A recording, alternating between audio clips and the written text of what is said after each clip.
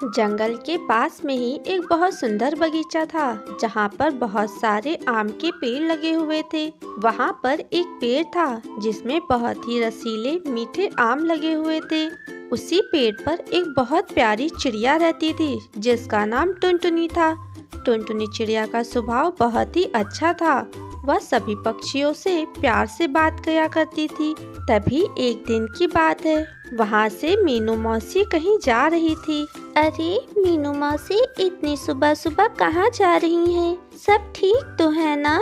हाँ हाँ टुनटुनी, सब ठीक है। बस मैं वो अपनी बहन रेनू चिड़िया से मिलने जा रही हूँ। मुझे खबर मिली है उसकी तबीयत को ठीक नहीं है, तो मैंने सोचा कि उसके पास कुछ दिन रोकाऊं और उसकी देखभाल भी कर लूंगी।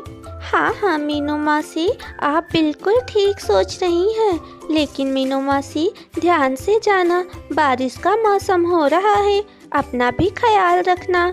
हाँ हाँ टुनटुनी चिड़िया, मैं रखूंगी अपना ख्याल। तो अब मैं चलती हूँ। टुनटुनी चिड़िया इसी तरह सभी के साथ खुशी खुशी रहा करती। एक दिन अचानक एक बड़ा सा चील वहाँ आकर रहने लगा।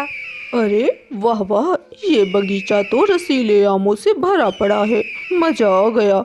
अब किसी को आम खाना है तो मुझसे इजाज़त लेनी होगी। अब जालिम चील सभी को परेशान करने लगा। अब कोई भी पक्षी वहाँ से गुजरते हुए 100 बार सोचता था। एक दिन वो जालिम चील टुनटुनी चिड़िया के पास आकर बोलता है। अरे ओ छोटी चिड़िया, तू कब से यहाँ रह रही है? बस अब बहुत हुआ। तू अपने लिए कोई नया ठिकाना ढूंढ ले। आज के बाद से ये बगीचा मेरा होगा, समझी? आगे कभी भी मुझे यहाँ नजर ना आइयो, वरना मैं तेरा वो हाल करूँगा जो जिंदगी भर तू नहीं भूल पाएगी। अरे चील भाई, ये आप कैसी बातें कर रहे हैं?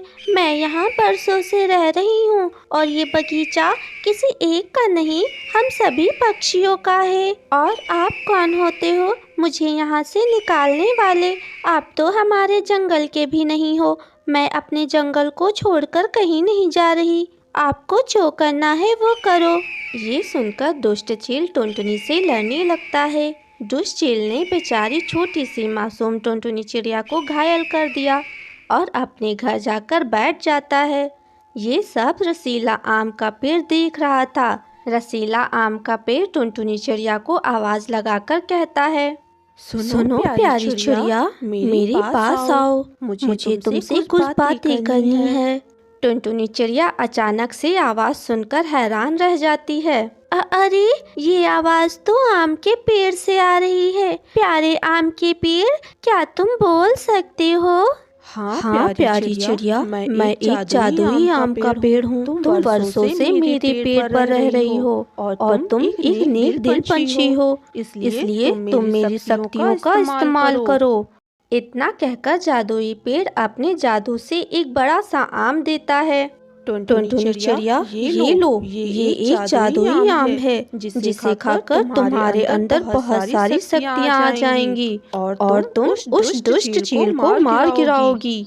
जादुई पेड़ की बात सुनकर टुनटुनी चिड़िया खुश हो जाती है और उस जादुई आम को लेकर अपने घर आ जाती है और उसे खाने लगती है।